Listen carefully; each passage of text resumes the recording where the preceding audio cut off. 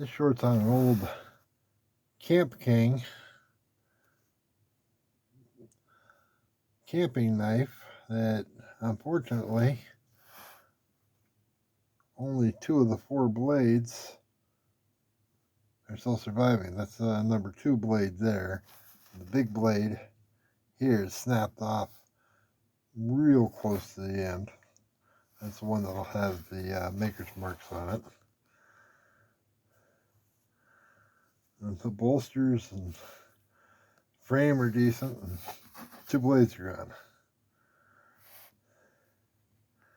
The Kamp King was another one of the bargain bands, kind of like Camco. Hugely popular with the kids.